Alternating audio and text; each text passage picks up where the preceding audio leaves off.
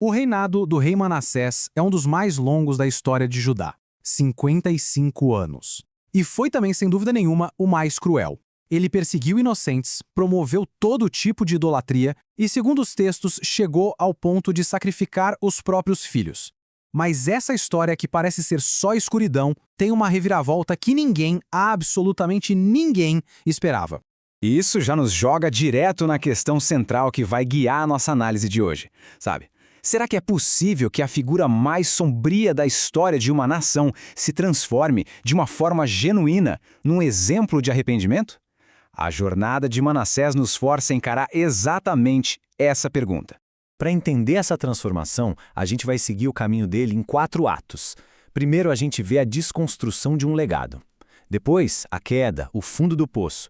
Aí vem a parte surpreendente, a reviravolta no cativeiro. E por fim, vamos analisar os frutos do arrependimento, que foram a prova da mudança dele. Então, vamos começar com a subida de Manassés ao trono. Ele era filho de Ezequias, um rei super justo, conhecido por ter feito grandes reformas religiosas em Judá. A expectativa, claro, era altíssima. Só que Manassés não só ignorou o legado do pai. Ele fez questão de destruir tudo, pedaço por pedaço. Olha, o contraste não podia ser mais gritante. Onde o pai Ezequias tinha purificado a nação, destruindo locais de culto pagão, Manassés fez exatamente o contrário. Ele mesmo liderou a reconstrução desses altares. Foi um ato de desafio que praticamente gritava para o reino que uma nova e sombria era estava começando em Judá. E a rebelião dele foi muito além de só reconstruir altares. Ele mergulhou o reino de cabeça nas práticas mais condenadas da época. Ergueu altares para Baal, instalou um poste de Azerá, um ídolo que representava uma deusa-mãe. Chegou a instituir a adoração de estrelas e constelações, o que era visto não só como um ato religioso, mas quase uma aliança política com as potências da Mesopotâmia. E o mais terrível, os registros indicam que ele sacrificou os próprios filhos em rituais pagãos. Fora isso, ainda perseguiu violentamente qualquer um que se opusesse a ele, enchendo Jerusalém de sangue inocente. Uma rebelião nesse nível não ia ficar sem consequências, né? A Assíria, que era a superpotência da época, estava expandindo seu império. E a rebeldia de Manassés, tanto política quanto religiosa, chamou a atenção deles. A queda era inevitável. E foi brutal. Os assírios eram mestres nessas táticas de controle.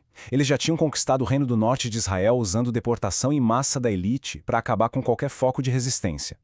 A política era essa: esmagar, capturar e exilar. O destino de Manassés já estava selado por essa mesma máquina de guerra.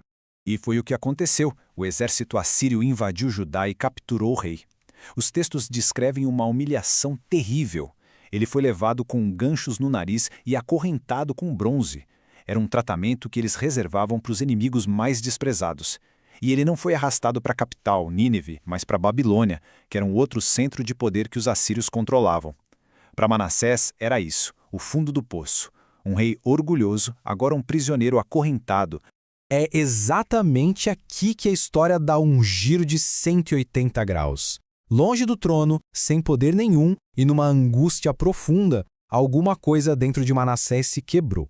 O rei que desafiou os céus agora se viu obrigado a olhar para cima de uma perspectiva completamente diferente. No meio do desespero total, Manassés fez o que ninguém imaginava. Ele se humilhou. Aquele orgulho todo que o levou a construir altares pagãos deu lugar a uma humildade profunda. Ele orou, mas não para os ídolos que ele mesmo ergueu, e sim para o Deus que ele tinha rejeitado por tanto tempo. Foi um clamor que veio lá do fundo do abismo. E a resposta a essa oração foi tão surpreendente quanto a oração em si. Os textos descrevem uma sequência bem clara. A humilhação levou à oração. A oração foi ouvida e, contra todas as probabilidades políticas da época, ele foi perdoado e restaurado ao seu trono em Jerusalém. Pensa bem, um rei vassalo, exilado por traição, simplesmente não era perdoado e reinstalado. Isso não acontecia. Mas será que essa mudança era para valer? Porque, palavras ditas no desespero são uma coisa, mas ações que mostram uma mudança real são outra. A parte final da vida de Manassés foi toda dedicada a provar, com ações bem concretas, que a transformação dele era genuína. Ele precisava desfazer o mal que ele mesmo tinha construído. E o que ele fez foi uma reforma reversa. Ele tirou os ídolos estrangeiros e o poste de Acerá que ele tinha colocado dentro do próprio templo. derrubou os altares pagãos que ele espalhou pela cidade, restaurou o altar do Senhor e ofereceu sacrifícios de comunhão e gratidão. E, como sinal de que a bênção tinha sido restaurada, ele ainda fortaleceu as defesas de Jerusalém. Cada ação era um contraponto direto a um pecado do passado dele. Então, quando a gente olha para o reinado inteiro dele, esses 55 anos, vemos uma vida dividida em 3 atos bem dramáticos. Primeiro, uma fase longa de maldade e apostasia. Depois, um período curto, mas decisivo, de cativeiro e humilhação. E, por fim, uma fase de restauração e reforma, onde ele tentou de verdade consertar o dano que causou.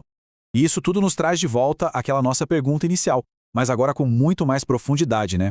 A história de Manassés não minimiza a gravidade do que ele fez de jeito nenhum, mas ela apresenta uma narrativa poderosa sobre a possibilidade de mudança, mesmo nas circunstâncias mais extremas. O que essa jornada do ponto mais baixo da vida de alguém de volta ao trono nos diz sobre a capacidade humana para se transformar e sobre a natureza do perdão? É uma pergunta que coa muito além daquela época e desafia a nossa própria compreensão do que é redenção.